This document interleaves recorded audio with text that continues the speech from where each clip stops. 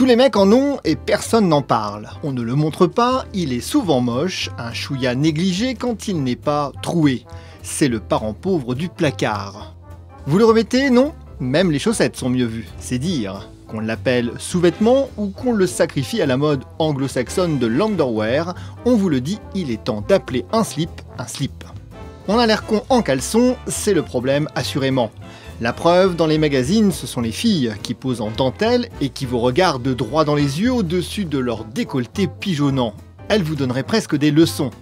Mais il est plus que temps de regarder les choses en face. Enfin, façon de parler, si le suédois Acne s'applique pudiquement à suggérer la discrétion de sa nouvelle ligne de sous-vêtements, en France, on prend le contre-pied, le slip se montre, il donne dans l'humour et peut même sentir bon. Le slip français semble avoir trouvé une bonne recette pour faire sortir l'objet de son bocal. Si vous voulez changer le monde, commencez par changer de slip. Puisque l'on parlait de leçons, en voici une nouvelle à méditer.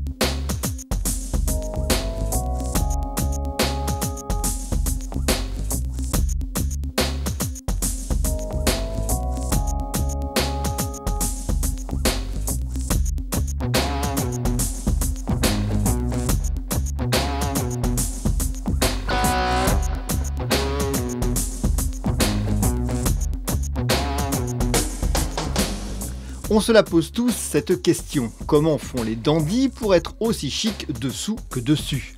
Pour en avoir le cœur net, nous avons posé la question directement à l'icône de Savile Row, le beau Brummel des temps modernes qui vient justement de signer une ligne pour Marks & Spencer. Et force est de constater que même en kangourou, David Gandy garde la face. I think men are, especially in the UK, men are taking much more time in thinking about what they're wearing and definitely for appealing to themselves and appealing to the opposite sex. And this probably starts from the basis of people, and they may forget about their underwear and so forth. And so I've tried to create a range that would be a guy's favourite underwear. I think you always have your favourite underwear. I think men do, women do. That makes them feel sexy, that makes them feel confident, and that's exactly what we've tried to do with M&S.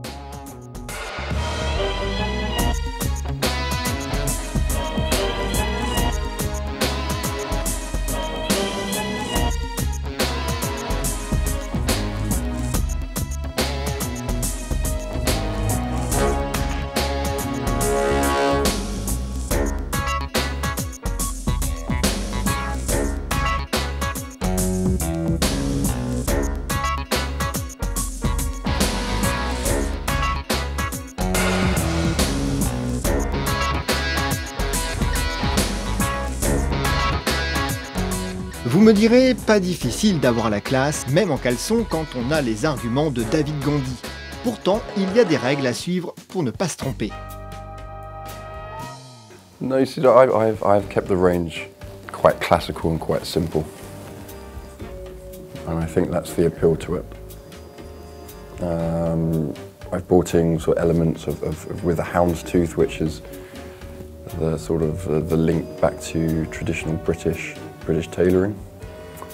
But I've left anything else out, so I've kept it very so there's no branding, there's no names. It's sort of very classical, very very elegant. And I don't like labels on my clothes. I think it's a little bit cheap.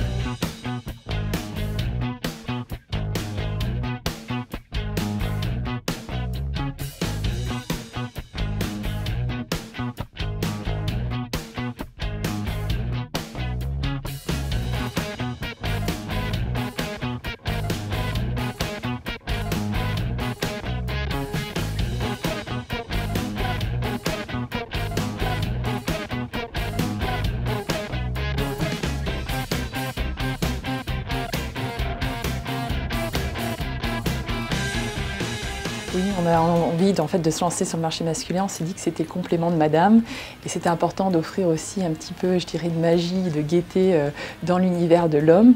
Donc on a commencé à travailler une collection assez réduite en fait, puisqu'on lance une dizaine de produits par saison. Et l'idée c'était de travailler sur des imprimés fantaisie, jouer sur la carte de l'humour qu'on connaît, la touche humoristique d'Aubade, et leur proposer donc des caleçons qui étaient avec des imprimés ludiques, humoristiques et avec de la fantaisie tout simplement. Un peu d'humour et de la complicité, finalement, il n'y avait pas manière à s'énerver. Aubade, qui nous fait rêver depuis 20 ans avec ses leçons coquines, n'a pas hésité à enfoncer le clou. Menottes ou revolver, les leçons à deux, c'est mieux.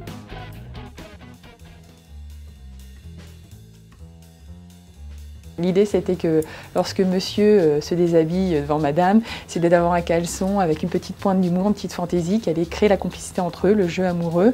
Ils pouvaient débattre en fait sur cet imprimé et voilà, avoir un bon moment ensemble. Donc lui-même arrivait à séduire, mais beaucoup d'hommes séduisent par l'humour aussi. Donc grâce à son caleçon Aubade, il était dans cette dynamique.